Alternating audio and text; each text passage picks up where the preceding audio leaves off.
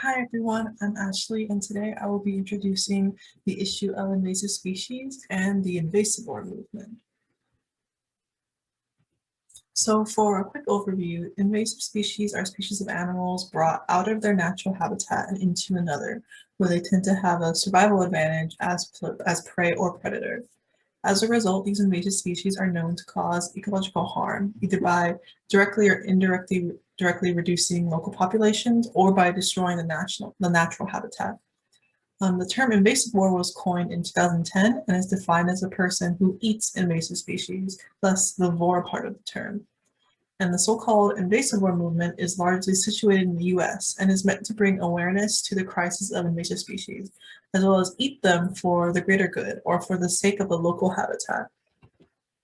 And invasive species are almost exclusively a result of human ignorance or negligence. For example, the Asian carp was introduced to the US to curb algae growth, and it has since then been a big issue in the rivers and on the east. And the earliest instance of the Burmese python, which is also a dangerous invasive species in Florida, was introduced. Um, the first introduction was thought to be from an exotic pet that was released to the wild. The issue with dealing with invasive species is what Elizabeth Kolbert, or the author of The Sixth Extinction, refers to as the control of nature, or basically damage control of previous human actions on the environment. And eating invasive species is one version of that control. So some questions I had going into this was, is the invasivore movement as effective as it claims to be? And has the movement made any headway in diluting invasive populations in the US? I also had additional sub-questions such as, what are the direct and indirect consequences of eating invasive species? If the movement exists in other countries, and is it effective there? And I will also be exploring potential alternative solutions to combating invasive species. So states have been eating invasive species before the term invasivore was used. In 1990, the state of Louisiana started introducing nutria to local cuisine, which is that picture in the upper right-hand corner. We have also been eating invasive species all along. Common species include wild fennel, garlic mustard, tiger shrimp, and even blackberries. But there is a market for them now, and they are farmed. And more on that later.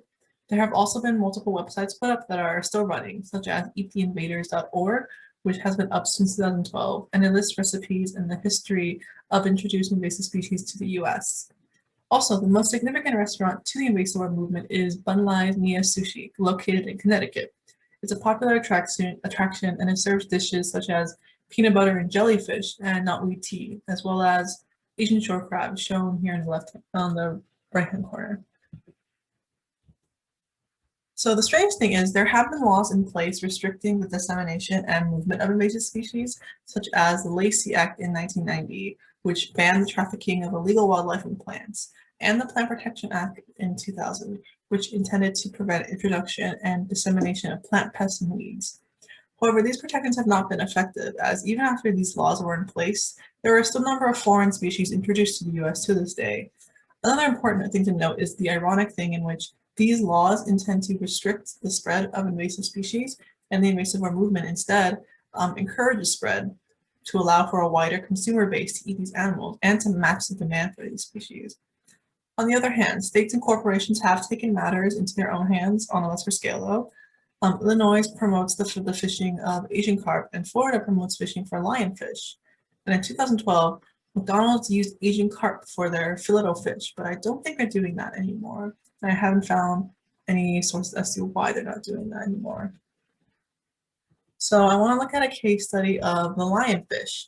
Now, the lionfish is native to the Pacific Ocean, but was first spotted in 1985 in the Atlantic. And since 2014, it has inhabited all the way north to Rhode Island and all the way down south to Brazil. But the largest concentration is in the Gulf of Mexico near Florida. And researchers have observed that the presence of a single red lionfish in a small patch of reef can lead to, in just 5 weeks, a total of 80% decrease in the number of native fish that survive from larvae to adulthood. And females are capable of producing eggs every 3 to 4 days, roughly 2 million a year. And because they don't have any natural predators in the Atlantic, you can imagine that the population growth rate is startling. Florida has promoted fishing of lionfish through local derbies, or basically local fishing contests open to the general public. According to a report in 2016, derbies can range from a large number of participants in lionfish caught, and that's on average between 6 to 1590 lionfish caught per day. However, the lionfish population has not gone down significantly enough to become less of an invasive problem to this day. In 2011, and this was the most recent report I can find for some reason, a study was done by the University of Florida that recommended 300 lionfish per hectare or 10,000 meters squares be removed every year. And the lionfish inhabited the entirety of the Gulf of Mexico, which is 160 million hectares. So you can imagine the sheer amount of lionfish that need to be caught. So the consequences of eating invasive species, a number of them have risen. One is, in some parts, is that there has been local counter movements aimed at protecting these invasive species, such as the kudzu peaches have become emblematic of the South, and peaches are also a major Georgia export. I believe also wild boars near Michigan are also somehow being protected for hunting, even though they are an invasive species. Granted, certain species are farmed in a controlled environment rather than left to run wild, but there are still resources being poured in to farm these species. This also leads to the issue of intentional cultivation, that the more people eat invasive species, the more incentive there will be to hunt and harvest them, which will ultimately boost the demand and these species will become a valued commodity. For example, blackberries are considered invasive, but they're also regularly farmed in a controlled environment. Also, the practice of removing species also harms local species as well. There is a term called additive mortality, which means species must be killed above their natural mortality rate. This can lead to severe overfishing and overhunting. And with overfishing, that can lead to the bycatching, hurt local species. Powerful herbicides and pesticides do have the same issue as well. And this also leads to the idea that in order to even make a dent in these populations, because these populations thrive in this foreign environment, because they have no natural predators or the prey have no way to combat these new predators, sheer amounts of creatures have to be removed, which incur huge costs. Take the lionfish, for example. In 2014, the University of Florida did a study that the annual cost of invasive species to America is $120 billion in damages and in trying to remove these species, which is more than what the US spends to maintain its roads. So clearly eating or simply getting rid of invasive species is a struggle. So I turned to Europe and see what tactics they use. I found a case study in Portugal and their problem with weak fish. In 2017, the Portuguese government conducted a national campaign and media releases promoting weak fish as a targeted fishery and source of income for local communities. Now, I have yet to find data to this day on the effectiveness of this campaigning, but since then, weak fish have become commonly eaten in Portuguese diet, and it actually has become a booming market. And while there are many press movements educating the public on these invasive species, the main thing is what is eaten as part of the invasive worm movement is based on what's already established cuisine in the country. And Portugal is one of the largest consumers of fish in Europe. So we have seen what is normal to eat in Portugal is easy to transfer that onto invasive species themselves. Buzzwords like wild caught appeal to consumers and convinces them to buy more weak fish. There is less of a push to eat as a duty, rather weak fish has just simply become commoditized or commonly produced and consumed.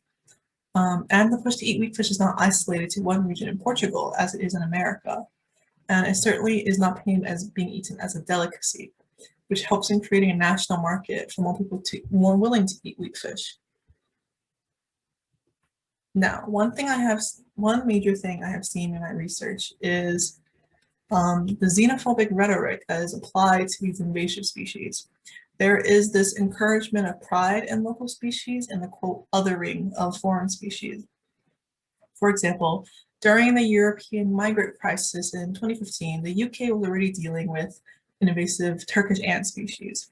A study was done by the University of London where they found a significant rise in tabloids and news reports describing refugees flooding in like, quote, ants. And having the term foreign infestation used in both these articles, as well as studies done on the ants themselves. There is an explicit and conspicuous moral alignment between anti-immigrant narratives and invasive species. We have also technically seen this in invasive movements in America, albeit for a different cause. For example, since lionfish is considered a delicacy in Florida, and it is an invasive species there, it has been described as be eating an alien or having it be a person's civic duty to protect local species and habitats by eating these animals.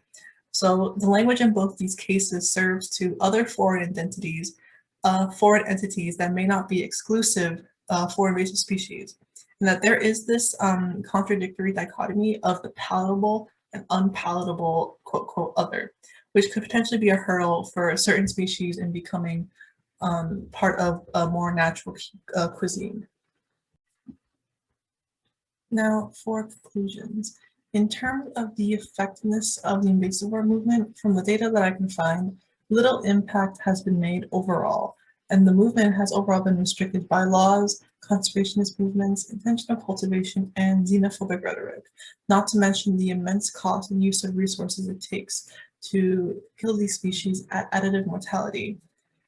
In terms of other consequences, possible harm is done to native species, such as through bycatching or being exposed to strong herbicides or pesticides.